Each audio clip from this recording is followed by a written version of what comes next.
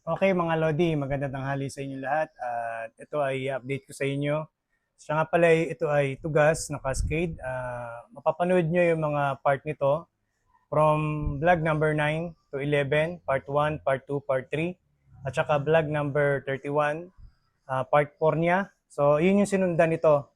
Ito yung i-update ko ngayon sa inyo. Ito yung gagawin natin ay maglilinis tayo ng mga hindi kailangan sanga at tatanggalin natin yung mga dapat na wala dyan sa katawan niya. At pangalawa, meron kasi mga primary twigs na to na kinakailangan natin i-maintain dahil pag hindi natin i-maintain yun, baka mamaya sumabay ng laki doon sa tertiary natin. So ngayon, mapapansin niyo sobrang lakas niya. Ayan. So every month, 2 months, 3 months, depende pag nakita ko malakas na siya, inaawat ko, napansin niyo may ugat, ayun. So tinatanggal ko siya doon sa extension. Pagka inaayos ko, tinatanggal ko siya, and then binabalik ko lang din doon para kumain uli. Pagka kasi ito dinidilig natin at pina-fertilize natin, usually bumababa talaga tubig yun ng maayos dahil ang ganda ng drainage natin. So doon pa lang sa part na maganda yung medium na ginagamit natin, na river sand, na malinis, at meron tayo dito sa ilalim na malalaking pumice. So yun, like ko sa inyo sinasabi, nire-remind ko sa inyo para kung sakali man na magre-repat kayo ng puno, hindi tayo mamumroblema kapag lumakas yung puno o mag-clog na ang ugat sa loob ng paso. So, ayun, mag-umpisa na tayo mga idol dito sa gagawin natin. So, kung papansin niyo yan, napakalakas. Diba? Ang ganda ng dahon, no? Pero mayroon pa rin part na tinamaan dun sa pagkaulan. Nakita niyo to, ayan. Hindi talaga maiiwasan basta tuloy-tuloy ang ulan ng 1 linggo. Sigurado magkakaroon ng tugas ng ganyan. Ito yung mga tatanggalin natin. So, unahin na natin tanggalin yan. Ito kasi wala naman talaga na to. Sa dami kasi ng halaman, di maasikaso talaga na trabahuhin, na matanggalan. Yun lang mga ginagawa ko dito sa maintenance ng puno. So, sabi nga kasi, pag di natin tinanggal yan, yung pagkain sa kanila napupunta. Kung alin pa yung naka-layout, silang mahihina.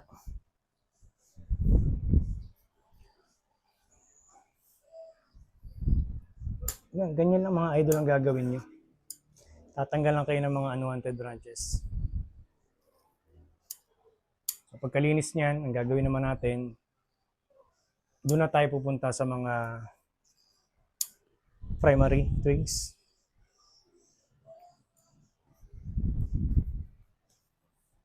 Iba kinakamay ko na para masira yung node. Kasi hindi natin kailangan yun. Kung ilan lang siguro puno ko, baka mabilis kong ma-maintain to. Ano kasi mahirap eh. Kaya kung ako sa inyo, kung magpaparami kayo ng halaman, ako full time na ako sa pagbobonsai pero gano'n, may nakakaligtaan pa rin na mga sanga na hindi na kailangan lumalakas pa sila.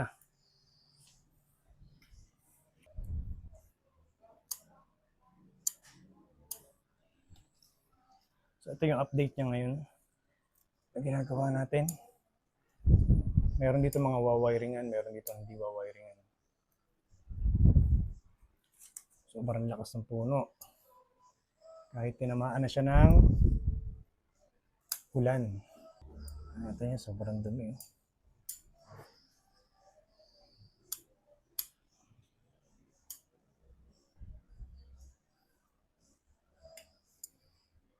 So after natin matanggal yung mga unwanted na yan, ito niyan, magpipili tayo dyan. Yung primary twigs. Nauuna kasi itong mabubuo yung baba. Yung pinakailalim niya. Mamaya natin titirahin yan. Yan. Yung mga nandyan sa... Yan. Para mabilis tayo, linisin muna natin ng mabuti.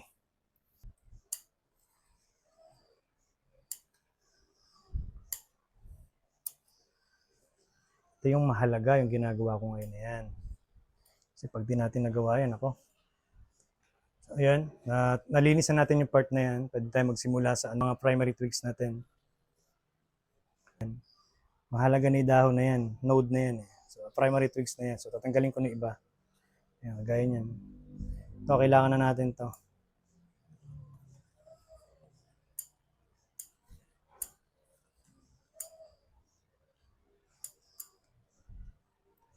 Ayan, dahon na to. Saka yung dahon na yan. So, kailangan yan, alternate. Meron dito, meron dyan, at meron dito. So ito ngayon yung magpipil up sa part na yan. So bali ang nangyari ngayon, ito kasi ay dahon, ito ay may sanga na. So ang gagawin natin dito, tatanggalin ko yan. Iwala ko ng one node. So ito naman may primary twigs na. Isa na yan. So ang gagawin natin dyan, one node lang din yan. Hindi siya dapat humaba. So yun yung sinasabi ko, baka mamaya tumaba yung primary twigs, magsinlaki na nito. So ginagawa ko dyan, one node lang. Tapos nililinis ko na siya.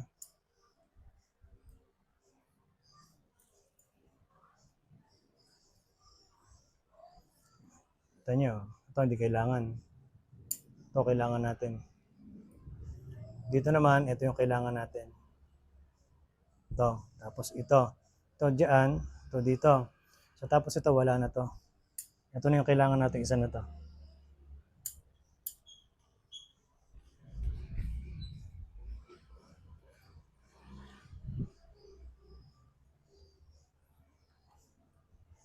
Wala na rin to. Pagka ganyan kalakas, yung primary twigs at wala pa tong dalawa na to, gawin nyo, one node lang yan. Yan, ito nyo. One node lang to. Basta merong mga hinihintay pa, wag nyo muna siyang wawiringan na ano. Kasi, ito kasi kaya to meron na dahil yan yung mga nauna. Then, mini-maintain na lang siya para hindi mag-wild. Kasi pag nag-wild yan, pahirapan tayo na buuin yan ng maayos. Kasi magkakainan ng ano yan, ng pagkain.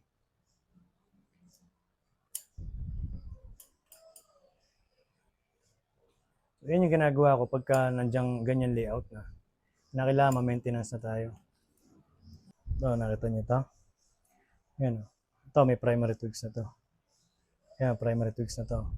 Putulin ko ngayon ito. Putulin ko yan. Para magkaroon dito. So, ito rin, ganun din yan. Nakita niya? So, ito naman, gagawin ko, may dahon siya, tatanggalan ko ng dahon, tira lang ang dulo.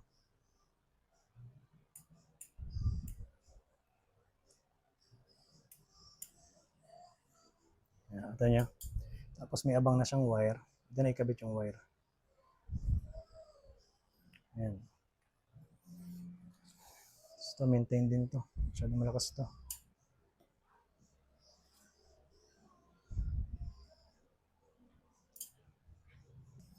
Ito naman, ganun din. Tanggalin natin to. Kasi nandun na siya malapit sa major. Ito, kailangan natin to, tsaka ito. So, bali gagawin natin dito, magtatanggal tayo ng dahon. Nakita nyo, ayan. Susum ko para makita nyo. Ayan, nakita nyo yan. Mula dito hanggang dyan, ang lapit ng node niya no? 1, 2, 3, 4, apat na node. So mula naman dito hanggang dito, walang node to. So ano gagawin natin dyan? Puputulin to. Kasi walang node oh. Ito nyo. So yan ang gagawin natin lagi. Pagka mag-ano tayo. Ito perfecto. Ang lalapit ng node nito. Ayan. Ito nyo ang lalapit. So, ganyan lang ang mga idol ang pag-maintain ng primary twigs. Hanggat merong iba na hindi sumusupling ng maayos, huwag nyo munang pag-multiply yung itong mahaba.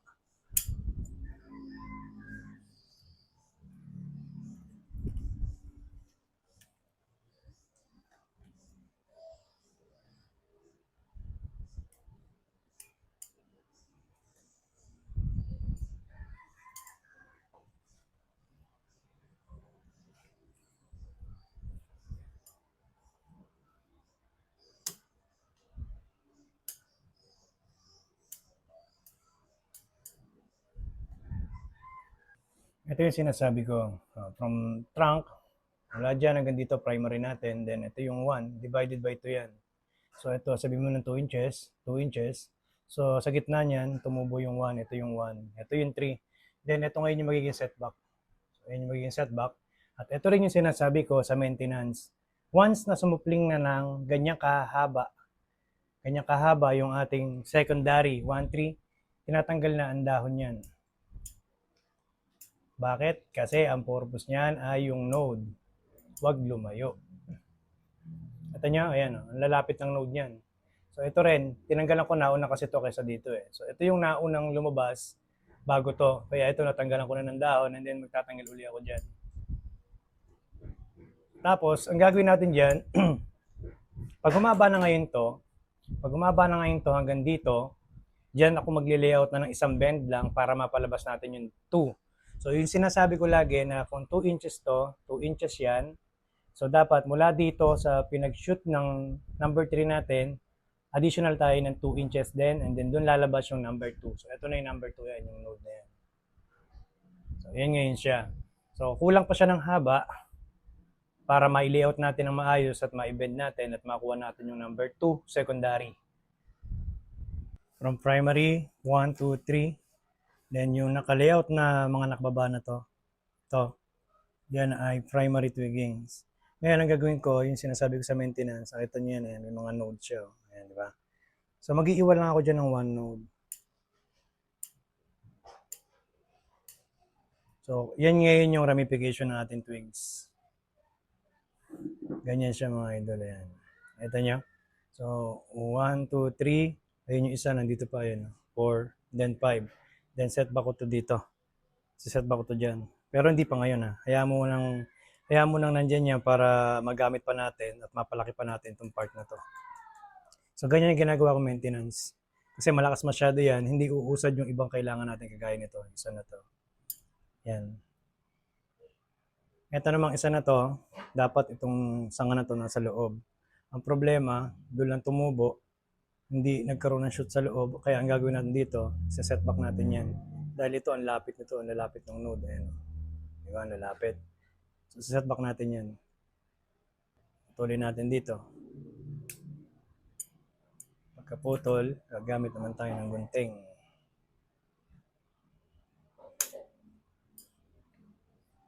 Ayan siya ngayon. Then, to, papasok natin. Yung layout nito, papasok natin to dito. Para makuha natin yung node na yun. Tsaka ito, tsaka yan. Ito na. Kanina, ito, nandito sa parte na to. So, minob natin papasok sa loob. Ayun yung kailangan nating node para magkaroon dito sa part na to. At ito na yung sinasabi ko kagabi sa live. Ito na yung apex natin. Kung pansin nyo, hindi siya magkatapat. So kung magkatapat yan, ito dapat nandito. So ito yung ginawa nating apex. Walang problema yan kasi papalakihin pa naman to eh. Yung isa na yan. So yan yung 1, 3. Tapos kukuha tayo ng isa dito. Ayun. Ito yung isa. Papunta dito. So dyan tayo gagawa ng dome sa part na yan. Tapos ito naman, pinatitigas pa natin to. Kailangan pa natin yan para mag-wild. Ngayon, ang tapering niya ito. Puputulin natin dyan. Sa pagkaputol, ito na yung gagawin natin papuntang apex. Bali, ang ginawa ko sa baba, nag-setback na ako ng iba. So ito, sinetback na natin to. Sinetback na yan, sinetback na to. Sinetback na rin to. So, ang nangyari ngayon, ito ay proportion na kasi. Then, mag-clip and grow na ako dyan. Magpaparamification na ako. Dito naman, di pa ako nag-setback. Kasi, mas malaki pa yung number 2 compare sa 1 and 3. So ito, kailangan pa natin yung pag-wild din. Ito, nakaawat na, putol na yan. So yun mga idol, hanggang dito na lang ating video ng ating part 5. Hintayin natin yung part 6, part 7 nito hanggang ma-finish natin yung bonsai na to. So lagi ko sa inyo i-update kung ano magiging kalalabasan ng puno na to. Hanggang sa muli mga idol, maraming salamat sa inyong suporta. God bless.